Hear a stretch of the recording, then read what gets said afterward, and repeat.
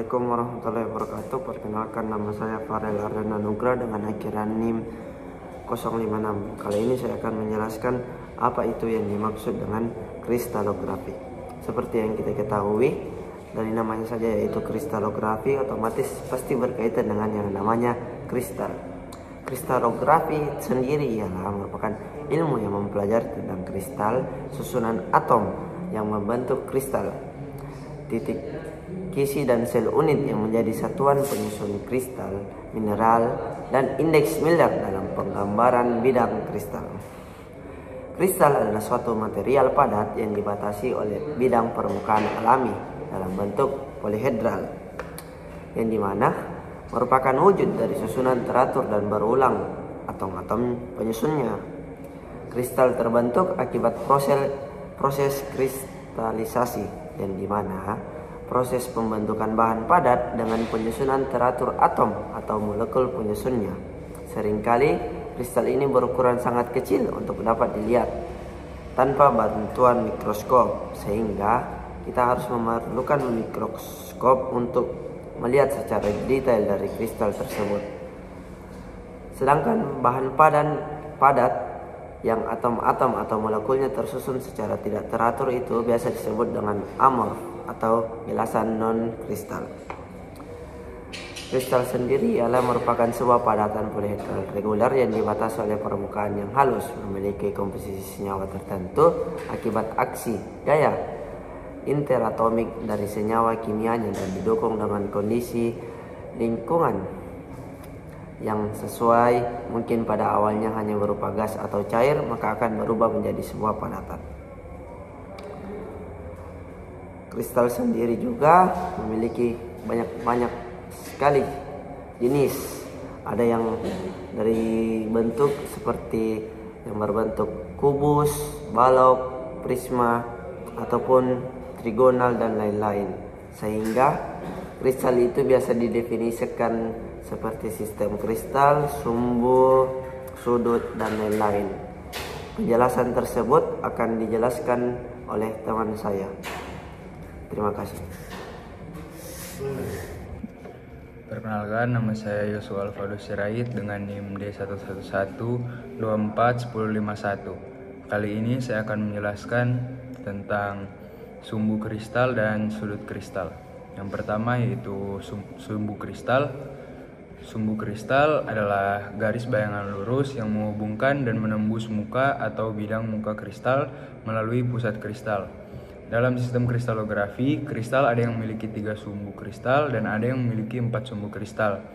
Sumbu-sumbu kristal tersebut diberi nama yaitu sumbu A, sumbu B, dan sumbu C.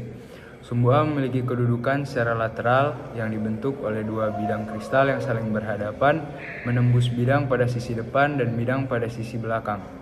Sumbu B memiliki kedudukan secara horizontal yang dibentuk oleh 2 bidang kristal yang saling berhadapan, menembus bidang pada sisi kanan dan bidang pada sisi kiri. Sumbu C adalah sumbu vertikal yang menembus bidang pada sisi atas dan sisi bawah. Kesemua sumbu kristal tersebut selalu melalui dan bertemu di pusat kristal. Garis-garis bayangan dari masing-masing sumbu kristal tersebut berkedudukan tertentu membentuk sudut sumbu kristal. Yang kedua yaitu sudut kristal. Sudut kristal adalah sudut yang dibentuk oleh perpotongan sumbu-sumbu kristalografi pada pusat kristal. Sudut-sudut ini menjadi parameter penting dalam menentukan sistem kristal tempat suatu mineral diklasifikasikan, seperti sudut 90 derajat per sistem kubik atau sudut yang bervariasi pada sistem triklinik. Sekian dari saya. Materi selanjutnya akan dilanjutkan oleh teman saya. Baik, perkenalkan, nama saya Wulandari dengan NIM D1124101. Di sini saya akan menjelaskan tentang sistem kristal. Sistem kristal itu adalah klasifikasi struktur kristal berdasarkan simetri dan geometri atom atau ion penyusunnya. Sistem kristal itu menggambarkan bentuk dasar kristal dan bagaimana atom dan ion tersusun dalam ruang 3 dimensi. Saya akan menjelaskan 7 sistem kristal. Yang pertama itu kubik atau isometrik. Isometrik itu memiliki 3 sumbu yang sama akan panjang saling tegak lurus. Sistem kristal isometrik itu memiliki sudut kristalografi alfa sama dengan delta, delta sama dengan theta, theta sama dengan 90 derajat. Yang kedua itu adalah sistem tetragonal. Tetragonal itu memiliki 3 sumbu, 2 sumbu yang sama panjang dan saling tegak lurus, dan 1 sumbu berbeda panjang. Sistem tetragonal ini memiliki sudut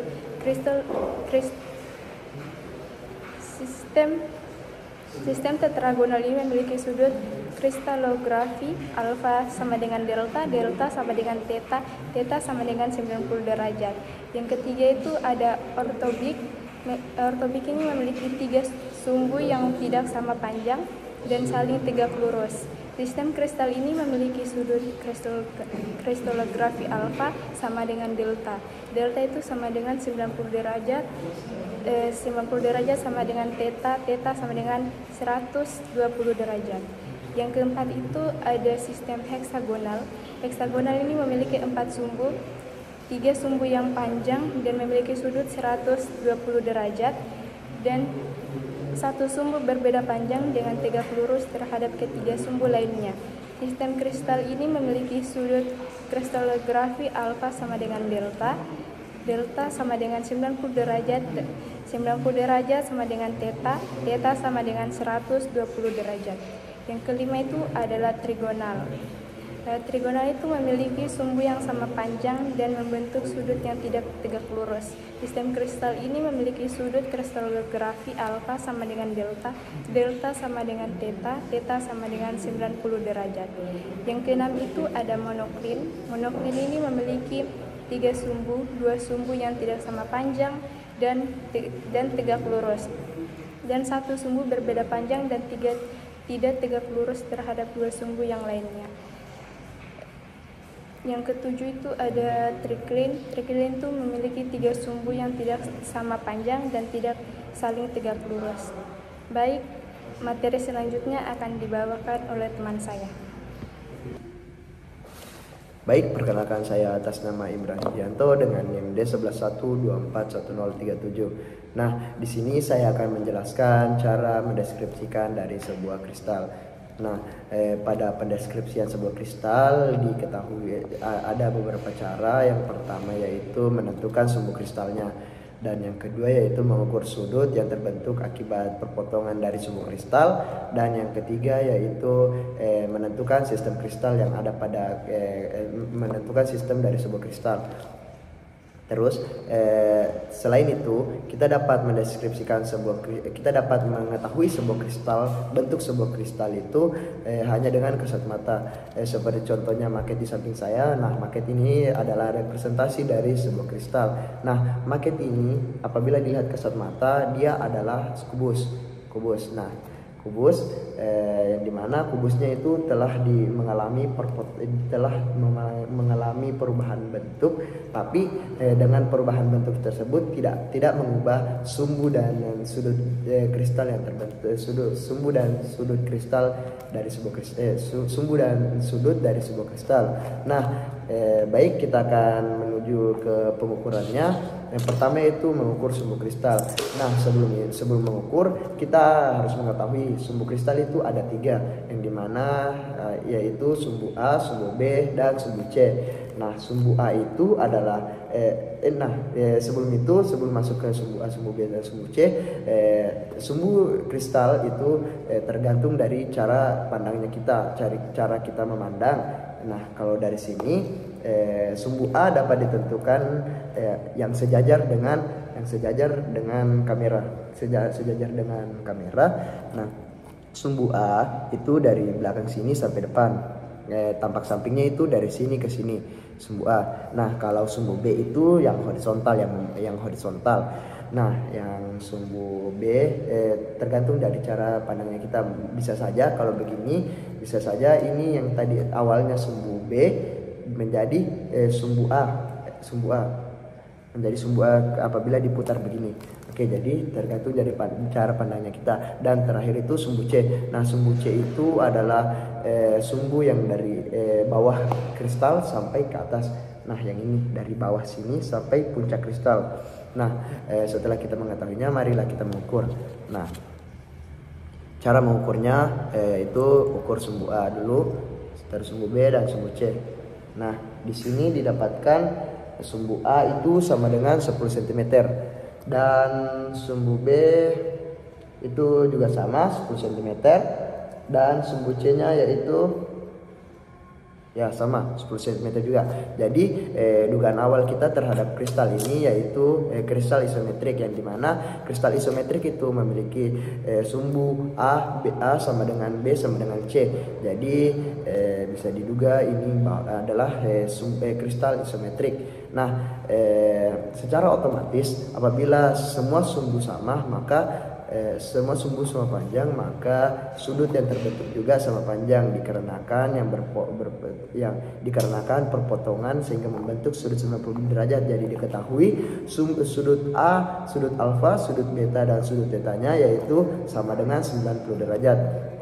Oke, jadi dapat diketahui bahwa sistem kristal ini isometrik. Oke, itu dan juga adapun beberapa contoh mineral yang memiliki sistem isometrik yaitu pada mineral pirit. Mineral pirit memiliki sistem kristal isometrik yang berbentuk kubus. Dan juga itulah penjelasan dari saya, dan kami pamit undur diri dari kelompok 7. Semoga apa yang kami berikan, materi yang kami berikan dapat berguna bagi para penonton. Baik, sekian. Wassalamualaikum warahmatullahi wabarakatuh.